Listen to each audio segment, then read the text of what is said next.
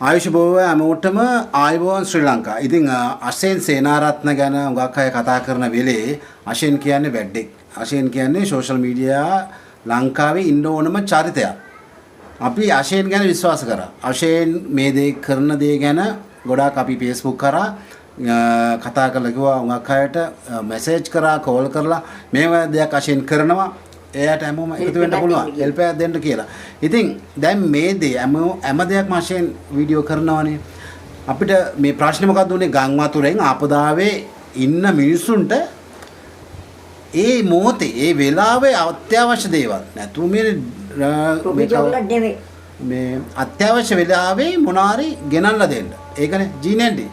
මොකද හිතන්නේ මේ ගැන දැන් මේ අශේන්ගේ වැඩේ ගැන මොකද ජීනේන්ඩි දන්නවනේ. මං අශේන්ව දන්නවා. එතකොට අශේන් කියන්නේ සාමාන්‍යයෙන් හොඳ චරිතයක්. හරි අපි එක පැත්තක් බලමුකෝ. එතකොට අශේන් වගේ චරිතය ලංකාවේ ඉන්න ඕනේ. ඔව්. සෝෂල් මීඩියා එකේ වැඩේ.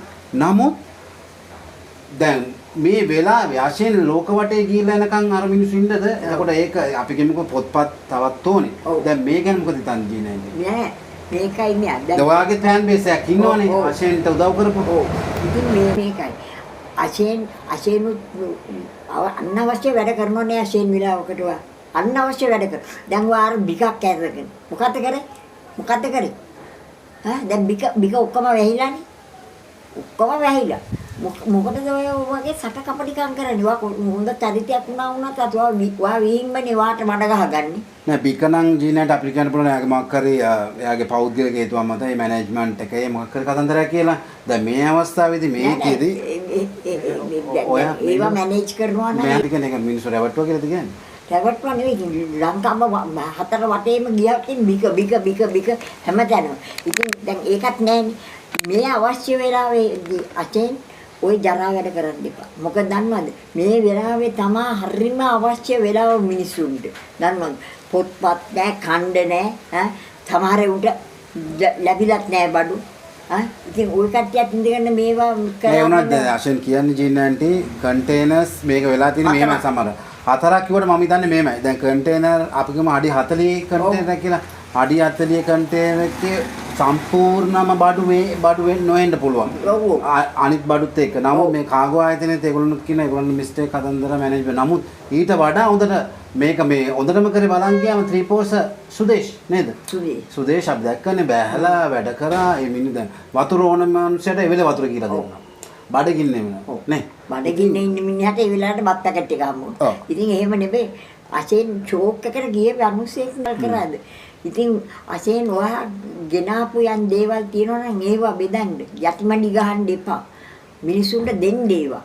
මොකද දන්නවද ඕවා අන්තිමට ඔක දිට්ඨ ධම්ම වේදනාව වගේ අපිටම එනවා. දන්නවද? අපිට දාවත් අපේ දරුවන්ට හරි ඔක ගෙවන්න වෙනවා. ඒකින්ද මේ මිනිස්සු වැස්ලා ඉන්න අවස්ථාවෙන් අයුතු ප්‍රයෝජන නම් ගන්න එපා චේන්. අයුතු ප්‍රයෝජන ගන්න එපා. මොකද මේ මිනිස්සු මේ වෙලාවේදී උපරිම අයුතු ප්‍රයෝජන ගන්නවා. උපරිම අපි දන්නවා. දැන් ජීනන්ටි කියන්නේ මේක මම කර අසෙන් යටිමටි ගැවුවා කියලා. දැන් මම හිතන්නේ මේමයි. සමහරක් විට මෙයා මැරෙන්න ඇද්දි වතුර ඕනේ නම් මම දැන් මේ මිනිස්සුන්ට වතුර ගැලුමක් අරන් එනවා. ඒක නෙමෙයිනේ ඕනේ. දැන් මේක උනේ අනිත් එක ජීනන්ටි මෙයාගෙන් ටිකක් මෙයාගේ වතුර ටිකක් ඉල්ලපු වෙලේ මෙයා ලිදක් හොයන්න ගියා. ලිදක් හොයන්න ගියා. අර මිනිස්සේ මැරෙනවා. එතකොට දැන් මෙයා වටේ ගිහිල්ලා එනකන් අර මිනිස්සේ බලන් ඉන්න ඕනේ. එතකොට දැන් තියෙන ප්‍රශ්නේ දැන් මෙයා කියන කන්ටෙන්ට් අතරක් නෙමෙයි එකක්. නමුත් අර අවස්ථාවේදී වොයිස් කට් දුන්නා, ලයිව් ආවා, මෙච්චර එකක දැන් එයාගේ එතකොට අපි දන්න බලාපොරොත්තු වෙන දෙයක්. නමුත් අශේන් පෞද්ගලිකව ඔයත් දන්නවා ජීනන්ටි හොඳ චරිතයක්. හොඳ චරිතයක්. නමුත් වැඩේ මැනේජ්මන්ට් අරවද මේව නෙමෙයි. නමුත් ජීනන්ටිත් මම Facebook එකේ ජීනන්ටි කිව්වා මේ එයාගේ යාළුවෝ ජීනන්ටිගේ මේමයි කියලා. නමුත් ඒ වැඩේ වැරදි. වැඩේ නම් වැරදිම තමයි ඒක. දැන් කියමුකෝ දැන් මම ගිහිල්ලා මිනිස්සු අඳුනා මෙහෙම කියලා එක්කව කරගත්තා. එතකොට දුන්නේ නැත්තම් ඔය මිනිස්සු කතා කරන්නේ නැද්ද? ඔව්.